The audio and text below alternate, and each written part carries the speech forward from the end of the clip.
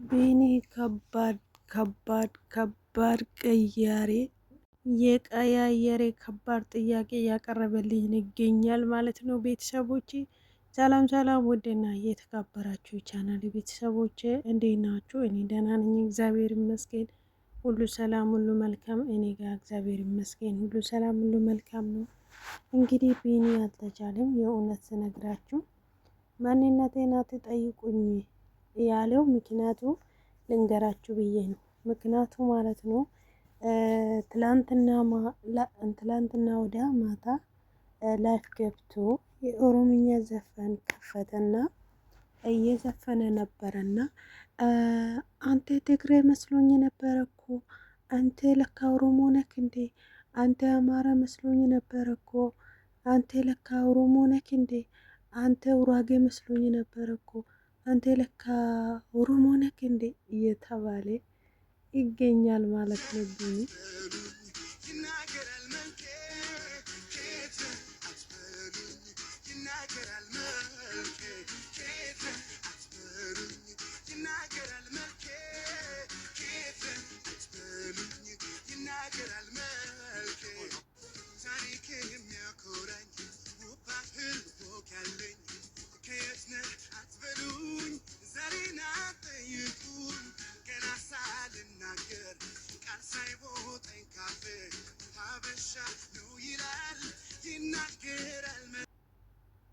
ዛሬን አትጠይቁ አበሻ ነኝ ብለዋል። እንግዲህ አትጠይቁኝ ብለዋል።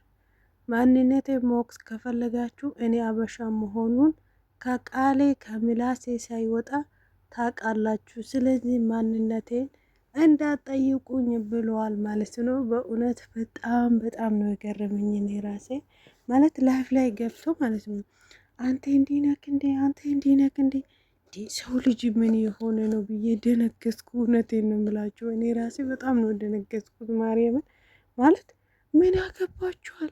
ምንም እኮ አገባችሁም። ጉራጌ ሆነ ትግሬ ሆነ አማራ ሆነ ኦሮሞ ሆነ ምን ያገባችሁ? ይሄ ልጅ እኮ በራሱ ሙድ በራሱ ህይወት እየኖረ ነው አለ። አንተ አማራ መስሎኝ ነበር፣ አንተ ትግሬ መስሎኝ ነበር፣ አንተ ኡራጌ መስሎኝ ነበር የምትሉ ሰዎች ጤነኛ ናቸው? የምር ጤነኛ ናቸው እሱ እንዳለ ከዚህ በፊት እኔ ከሀይሚዬና ከብሩኬ ጋር ማገናኘቴ እኔ በጣም እድለኛ ነኝ በህይወቴ ብሎ ተናግሯል። ለምን ሲባል ብዙ ሰዎች ጋር እየተዋወቅኩ ነው፣ ብዙ ነገር እየሰራው ነው አለ። በጣም ደስተኛ ነኝ፣ በጣም ደስ ብሎኛል እያለ ይገኛል ነበር። ሰው ልጅ ደግሞ አሁን ብቅ ብሎ ምን እያለ ነው? አንተ ጉራጌ ነው፣ አንተ ትግሬ ነው፣ አንተ አማራ ነው፣ አንተ እንደዚህ ነው። ለዚህ ነው እንግዲህ ይህን ዘፈን እየመረጠ ቢኒ ማለት ነው። በጣም ምስኪን ሰው ነው በነገራችን ላይ። ዱባይ ላይ የሚያውቀው ሰው ብቻ ነበረ ምረዳ የነበረ። አሁን ብዙ ሰዎች እያወቁ ነው።